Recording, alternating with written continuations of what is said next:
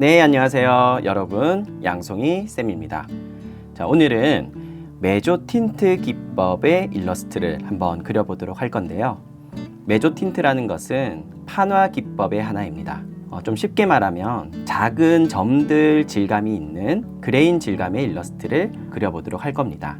자, 그러면 새로운 캔버스를 하나 만들어서 시작해 보도록 하겠습니다. 자, 새로운 캔버스를 하나 눌러주시고요. 신규 작성을 누른 후에 자, 프리셋은 엽서를 선택해 주세요. 자, 그리고 작성을 눌러주세요. 자, 엽서 사이즈의 캔버스가 나왔는데요. 자, 이곳에 스케치를 먼저 해보도록 하겠습니다. 자, 레이어를 하나 만들어 주시고요. 이번에 그릴 것은 밤하늘의 달과 별입니다.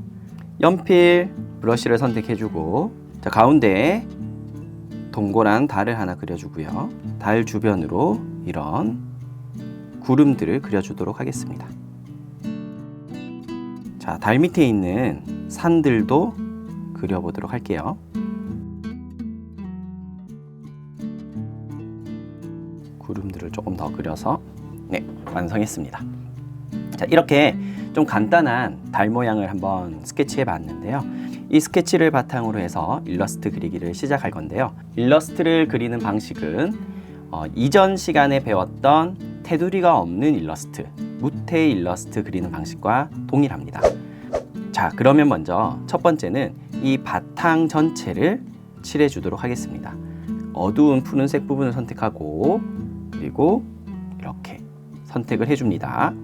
다음에 레이어를 하나씩 추가해 주면서 이런 개체들을 생성해 주어야 돼요. 바탕 위에 더하기 모양을 누른 후에 이곳에 밤하늘의 달 색을 선택하고 그 다음에 도형 툴을 선택합니다. 그리고 원형 툴을 선택한 후에 종횡비 고정, 그 다음에 중앙에서부터 선택을 활성화 시켜주고요. 달의 가운데에서부터 이렇게 달을 그려줍니다. 자, 스케치가 너무 진하게 보이니까 스케치 레이어의 불투명도를 조금 낮춰주세요.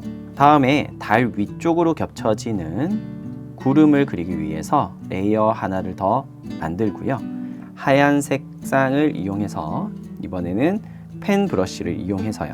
브러쉬 설정에 들어가서 사이즈를 조절하고 그 다음에 손떨림 보정도 조절한 후에 이렇게 따라서 그려줍니다. 이것도 같이 그려도 되겠죠. 멀리 떨어져 있는 개체들은 이렇게 하나의 레이어에 같이 그려도 되겠습니다. 그리고 달 뒤에 있는 구름은 달 레이어 아래쪽으로 가야 되기 때문에 이곳에는 그리지 않겠습니다. 페인트 툴로 흰색들을 이렇게 칠해주세요.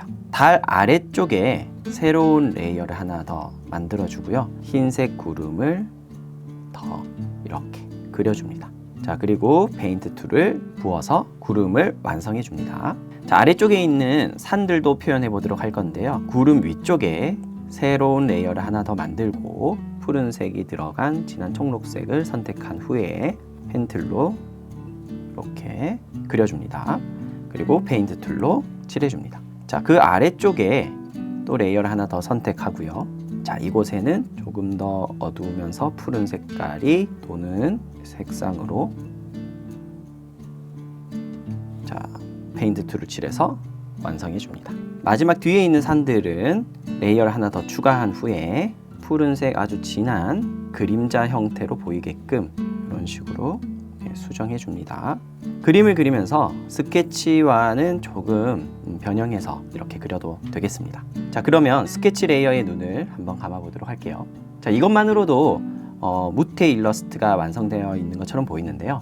자, 이곳에 이제 메조 틴트 기법의 그레인 질감을 한번 넣어 보도록 하겠습니다. 먼저 달부터 넣어 보도록 할 건데요. 달을 선택하고요. 레이어를 하나 더 추가합니다. 그리고 클리핑 마스크를 해주고요. 레이어 속성을 곱하기로 변경해 주세요. 자, 그리고 나서 스포이드 툴을 이용해서 이 달 색상을 추출한 후에 브러쉬에서 아래쪽으로 내려가다 보면 점묘 2라는 브러쉬가 있습니다. 자, 이 점묘 2를 선택하고요. 브러쉬 설정에 들어가서 이 브러쉬 사이즈를 좀 조절하셔야 됩니다. 너무 작게 하면 이 점들이 너무 작고 좁은 구역에 이렇게 찍히기 때문에 조금 크게 하는 것을 추천드립니다.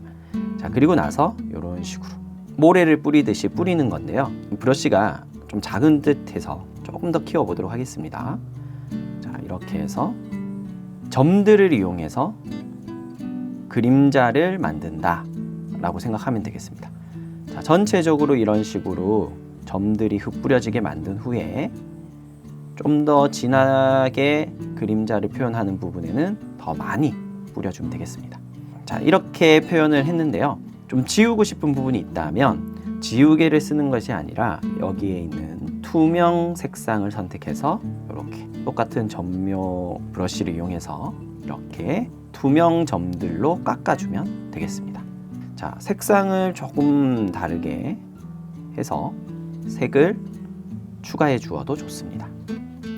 자, 이와 같은 과정을 모든 개체들에 해주어야 되는데요. 구름 같은 이런 흰색의 개체의 경우에도 레이어를 하나 선택하고 클리핑 마스크를 한 후에 곱하기를 해주고요. 회색을 이용해서 이렇게 아랫부분에 그림자를 넣듯이 이렇게 해주면 되겠습니다.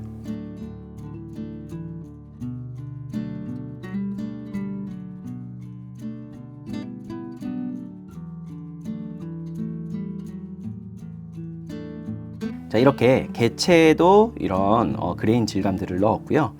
바탕에도 한번 해보도록 하겠습니다.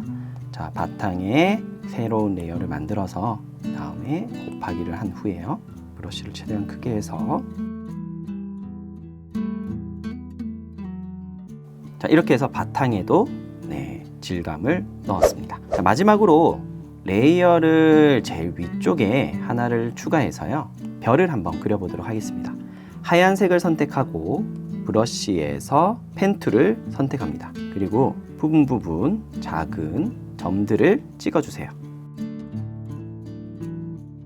브러쉬 사이즈를 좀 줄여서 더 작은 점들도 군데군데 찍어보도록 하겠습니다. 이렇게 찍은 후에는요, 레이어를 하나 더 만들어주고요. 점묘 브러쉬를 이용해서 위쪽에 이렇게 별이 빛나는 빛 번짐을 살짝 표현해 주세요. 너무 좀 진하다 싶으면 불투명도를 이렇게 조절해 주면 되겠습니다. 자, 그리고 나서 원래 점을 찍었던 곳에 브러쉬, G펜 브러쉬를 활용해서요. 가운데서부터 이렇게 빛이 갈라져 나오는 모습을 표현해 주세요. 자, 모두 다 할 필요는 없고요. 좀 강조하고 싶은 별들에 표시해 주면 되겠습니다. 자, 이렇게 해서 완성이 되었는데요. 이것을 모든 레이어 통합을 눌러서 하나로 다 만들어주면 되겠습니다. 자, 이렇게 해서 엽서 사이즈의 캔버스에 메조 틴트 기법으로 일러스트를 한번 그려보았는데요. 자, 여러분들도 오늘 배운 메조 틴트 기법을 활용해서 다양한 풍경 또는 사물들을 한번 그려보는 연습을 해보면 좋을 것 같습니다. 자, 그러면 다음 시간에 또 다른 재미있는 일러스트로 찾아뵙도록 하겠습니다. 그럼 다음 시간에 만나요. 안녕.